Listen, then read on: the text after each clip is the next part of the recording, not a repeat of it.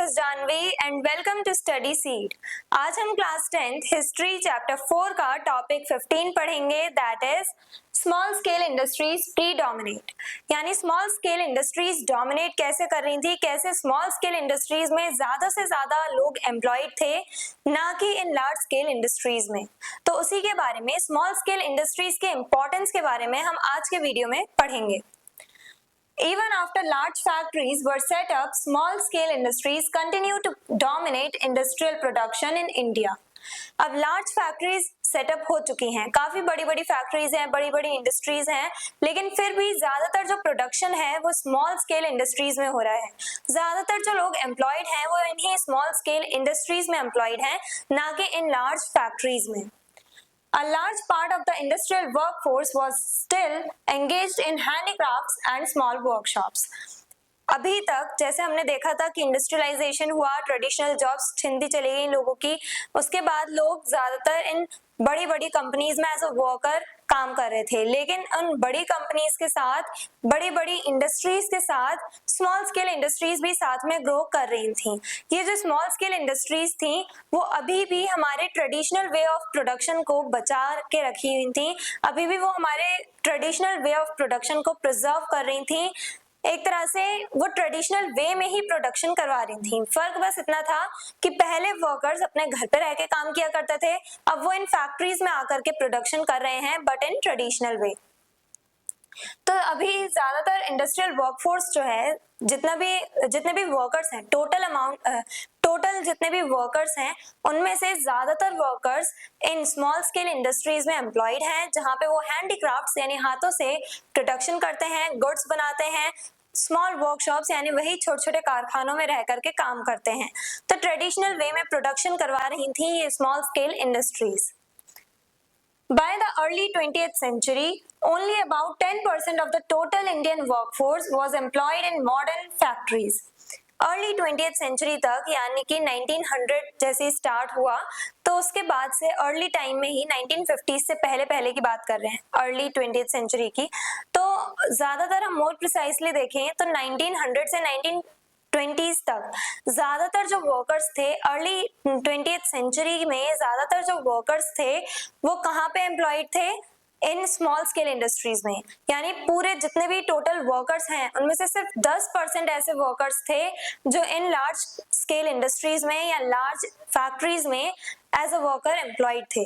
बाकी के 90% लोग कहाँ पे एम्प्लॉयड थे? इन्हीं स्मॉल स्केल इंडस्ट्रीज में, जैसे हैंडलूम्स में, यानी हाथों के थ्रू बाय हैंड वो टेक्सटाइल्स बनाया करते थे। Metal work, leather and pottery, अब जैसे घड़े बनाने, आपको मिट्टी के बर्तन बनाने हैं, पॉट्स बनाने हैं, तो मशीन्स तो बनाएंगे नहीं, स्किल्ड लेबर ही बनाएंगे। तो स्किलफुल लेबर्स की जरूरत थी, रिक्वायरमेंट थी इन स्मॉल स्केल इंडस्ट्रीज में। ये जो स्मॉल स्केल इंडस्ट्रीज थी वहां पे हमारे 90% ऑफ द वर्कर्स एम्प्लॉयड थे, और सिर्फ 10% वर्कर इन मॉडर्न फैक्ट्रीज में यानी लार्ज स्केल इंडस्ट्रीज में एम्प्लॉयड थे। यानी ज्यादातर लोग कहाँ पे एम्प्लॉयड थे? इन स्मॉल स्केल इंडस्ट्रीज में। Reasons for their survival. अब ये स्मॉल स्केल इंडस्ट्रीज कैसे सर्वाइव कर गई, कैसे ट्रेडिशनल वे में वो अभी भी प्रोडक्शन करवा रही थी, क्या रीजन थे कि ये अभी भी ग्रो कर रही थी स्मॉल स्केल इंडस्ट्रीज? लो कैपिटल रिक्वायरमेंट। पहली बात, ज्यादा पैसों की जरूरत नहीं होती है, ज्यादा इन्वेस्टमेंट नहीं चाहिए होती है, तो आप थोड़े से ही पैसों से इन्वेस्ट करके अपनी बस इंडस्ट्री बना करके आप स्टार्ट कर सकते हो। आपको लार्ज इन्वेस्टमेंट नहीं चाहिए, थोड़े ही इन्वेस्टमेंट के साथ आप इन स्मॉल स्केल इंडस्ट्रीज को स्टार्ट कर सकते हो। लार्ज इन्वेस्टमेंट तो आपको तब चाहिए होगी, लार्ज कैपिटल, लार्ज अमाउंट तो आपको तब चाहिए होगा जब आप सीधा कोई बड़ी कंपनी या कोई बड़ी इंडस्ट्री स्टैब्लिश कर रहे हो। ये स्मॉल स्केल इंडस्ट्रीज बनाने में, सेटअप करने में ज्यादा कैपिटल की रिक्वायरमेंट नहीं थी, इसलिए जितने लोग जो एक तरह से मिडिल क्लास के थे, जो ना गरीब हैं ज्यादा ना ज्यादा अमीर हैं, तो वो लोग अफोर्ड कर सकते थे स्मॉल स्केल इंडस्ट्रीज सेटअप करना। Local demand. अब लोकल डिमांड, जैसे ये लार्ज इंडस्ट्रीज जो हैं वो फॉरेन मार्केट में जाके सेल कर रही हैं अपने प्रोडक्ट्स को, अपनी डोमेस्टिक मार्केट में सेल कर रही हैं, लेकिन ये जो स्मॉल स्केल इंडस्ट्रीज हैं वो लोकल लेवल पे जो बाजार वगैरह लगते हैं, जैसे कहीं कहीं पे बुधवार यानी वेडनेसडे को बाजार लगता है, कहीं कहीं पे फ्राइडे को लगता है, कहीं पे संडे बाजार होता है, तो अलग अलग दिन अलग अलग जगहों पे बाजार लगते हैं। क्यों? क्योंकि वहां पे लोकली जितने भी लोग रहते हैं वो इजीली वहां पे आकर के अपने लिए सामान खरीद सकें, गुड्स खरीद सकें, शॉपिंग कर सकें। तो लोकल डिमांड होती है, यानी लोकल एरियाज में जो लोग रहते हैं वो डिमांड करते हैं उन गुड्स की जिनके प्राइसेस थोड़े कम हो और इजीली अवेलेबल भी हो। तो इन लोकल डिमांड्स की वजह से ये स्मॉल स्केल इंडस्ट्रीज इतनी इंपॉर्टेंट हो जाती हैं। अब क्योंकि लोकली हर एक इंसान डिमांड रख रहा है अपनी, उन्हें प्रोडक्ट्स चाहिए, कम रेट पे चाहिए, तो बाजार्स वगैरह लगाए जाते हैं। ये जो लोकल बाजार्स लगते हैं वहां पे स्मॉल स्केल इंडस्ट्रीज के जो प्रोडक्ट्स हैं वो सेल कर दिए जाते हैं। तो लोकल डिमांड्स को कौन फुलफिल करते हैं? Small scale industries. स्किल्ड क्राफ्ट्समैनशिप्स, अब स्किल्ड लेबर की जरूरत होती है स्मॉल स्केल इंडस्ट्रीज में। यहाँ पे मशीन से आप प्रोडक्शन नहीं कर रहे थे। स्टार्टिंग के टाइम पे जो स्मॉल स्केल इंडस्ट्रीज थी वहां पे आप बाय मशीन प्रोडक्शन नहीं कर रहे थे, बाय हैंड प्रोडक्शन कर रहे थे, उसी ट्रेडिशनल वे में प्रोडक्शन कर रहे थे। तो आपको स्किल्ड लेबर चाहिए थी, जिन लोगों के पास स्किल्स हो ऐसी लेबर चाहिए थी। और ये स्किल्स क्यों इतनी इंपॉर्टेंट थी? क्योंकि कुछ ऐसी स्किल्स बची हुई थी जिन्हें मशीन्स रिप्लेस नहीं कर सकती है। मशीन्स अभी तक टोटली इंसानों को रिप्लेस नहीं कर सकती है कंप्लीटली। क्यों? क्योंकि इंसानों के पास ज्यादा पावरफुल हथियार है, वेपन है, कौन सा? हमारी स्किल्स। तो जो लोग थे, स्किलफुल लेबर की डिमांड थी स्मॉल स्केल इंडस्ट्रीज में। जैसे अगर आपको घड़े बनाने हैं, दोबारा एग्जांपल ले लेते हैं, मिट्टी के घड़े बनाने हैं, पॉट्स बनाने हैं, तो वो मशीन्स नहीं बनाएंगी। ये स्किल्स इंसानों के पास हैं, इंसान बना सकते हैं अच्छे से वो घड़े, वो बर्तन वगैरह जो भी आपको बनाने हैं, पॉट्स वगैरह जो बनाने हैं मिट्टी से। वो जो पॉटर्स हैं जो एक तरह से मिट्टी से ही सामान बनाते हैं, जिनके पास स्किल होती है ह्यूमन बींग्स के पास, वही ये काम कर सकते हैं। तो स्किल्ड लेबर की जरूरत थी स्मॉल स्केल इंडस्ट्रीज में। चीप लेबर, अब चीप लेबर यानी कि अगर आपको कम रेट पे ज्यादा से ज्यादा वर्कर्स काम करने के लिए मिल जा रहे हैं तो ये एक प्लस पॉइंट हो गया स्मॉल स्केल इंडस्ट्रीज के लिए। क्यों? क्योंकि स्मॉल स्केल इंडस्ट्रीज के पास इतना पैसा नहीं है कि वो सभी वर्कर्स को ज्यादा से ज्यादा सैलरी दे सके। और इंडस्ट्रियलिस्ट का तो प्रॉफिट अर्निंग का ही गोल होता है, तो वो क्या चाहेंगे कि चीप लेबर अवेलेबल हो, यानी कि हम लोग ज्यादा से ज्यादा वर्कर्स रख सकें, वो भी कम सैलरी पे। तो ऐसे काफी सारे लेबर थे, काफी सारे वर्कर्स थे जो कम सैलरी पे काम करने के लिए तैयार थे। तो ये भी प्लस पॉइंट था किसके लिए? स्मॉल स्केल इंडस्ट्रीज के लिए। उन्हें वर्कर्स मिल रहे थे कम सैलरी पर। स्वदेशी मूवमेंट, अब स्वदेशी मूवमेंट जब शुरू हुआ, जब लोगों ने अपने ही देश में बने हुए गुड्स की डिमांड करनी शुरू करी, लोगों ने इंडियन गुड्स की डिमांड रखी और फॉरेन गुड्स को बॉयकॉट किया, तो उसके बाद हमारे जो इंडियन प्रोडक्ट्स थे वो इंडियन मार्केट में सेल होने स्टार्ट हुए, इंडियन इंडस्ट्रीज का एक्सपेंशन हुआ। यानी देखा जाए तो ये जो स्मॉल स्केल इंडस्ट्रीज हैं वो भी एक्सपैंड करती चली गई, उनका भी एक्सपेंशन देखने को मिला स्वदेशी मूवमेंट की वजह से।